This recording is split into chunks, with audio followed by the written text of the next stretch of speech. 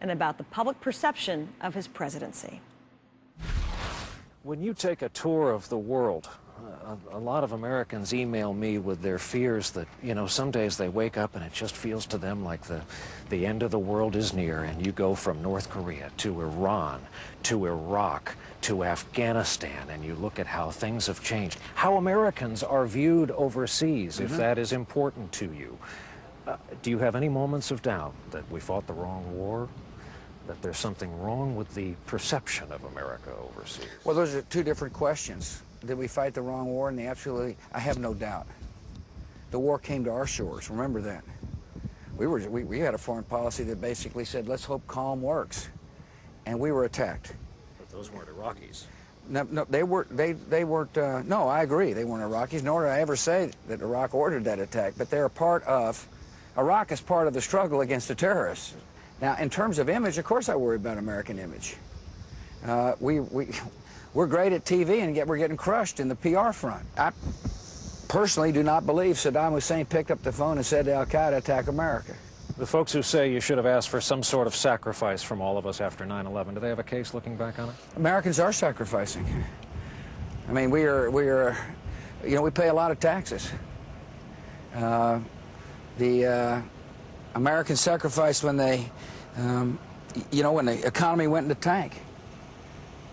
Americans sacrificed when, you know, air travel was disrupted. The American taxpayers have paid a lot to help this nation recover. I think Americans have sacrificed. Mr. President, I know how much you love deep psychological examinations of yourself. While you were at Kennebunkport this last weekend, people talked about your relationship with your dad. People mentioned that former President Clinton has been a guest at Kennebunkport more often in the last few years than you have been. Yes. And there was a lot of speculation. Your spokesman, Tony Snow, recently all but said it's because of the way your father chose to end the first Gulf War that bin Laden saw weakness enough to strike the United States. Is there Trying to figure out where you're going here. Is there a palpable tension when you get together with the former president, who happens to be your father? A lot of the guys who work for him are not happy with the direction. Oh, no, listen, my relationship is adoring son. Do you talk shop? Sometimes, yeah, of course we do, but that's a really interesting question. I mean, it's kind of conspiracy theory at its most rampant. My dad means the world to me as a loving dad. He gave me the greatest gift a father can give a child, which is unconditional love. And yeah, we go out and kind of float around there trying to catch some fish and chat and talk, but he understands what it means to be president. He understands oftentimes I have information that he doesn't have. And he also understands how difficult the world is today. And I explain my strategy to him. I explain exactly what I just explained to you down there about how I view the current tensions. And he takes it on board, and he leaves me with this thought: I love you, son. If your administration ended today, would you be satisfied with the record thus far? Again, the view out there, I think if you asked 9 out of 10 presidential historians, high point, bullhorn in the rubble of the buildings that came down. Low point, we're standing on it. Is that fair? You know, first of all, there's no such thing as short-term history as far as I'm concerned.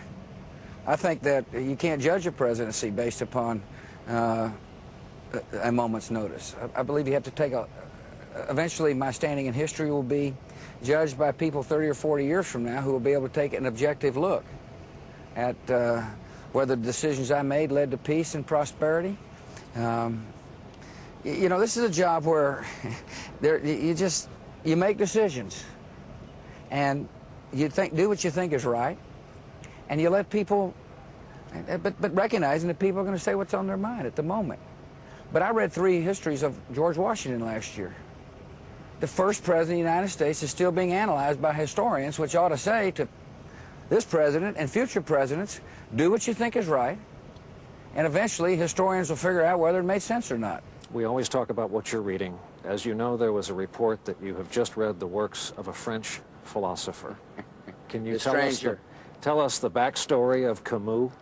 The backstory of the book? Well, what led you to this? I was in Crawford, and I said I was looking for a book to read, and Laura said you ought to try Camus. I also read 3 Shakespeare's. This is a change. You No, just really? years ago were Wait a reading the minute. life story of Joe DiMaggio by Richard Ben Kramer, Which if is a good memory book. serves. You've been on a Teddy Roosevelt reading kick. You and I reading- discussed the last I'm time we reading were about here. the Battle of New Orleans right now. I've got an eclectic reading list. And now Camus. Well, that was a couple of books ago. Let me look. The key for me is to keep expectations low. Is that what everyone doesn't get? I don't know, Brian, what they get or don't get. You know, my life. Here's the thing. I don't. Here's the thing. The great thing about the presidency is you're totally exposed, and people spend a lot of time, particularly if you're making decisions and hard decisions. People spend a lot of time not only analyzing decisions, they analyze the decision maker, and I understand that. But a president must never let him get off. Let that get him off track. Even if you're frustrated that we're getting something wrong. You have to do what you think is. If we're getting something wrong, we change it. How have you been read wrong? Oh, I don't know about that wrong. I mean, I frankly don't pay that much attention to. I don't want to hurt people's feelings about it. You know, Still not watching television, huh? Oh, I watched a good baseball game. Brian Williams with the president. For continuing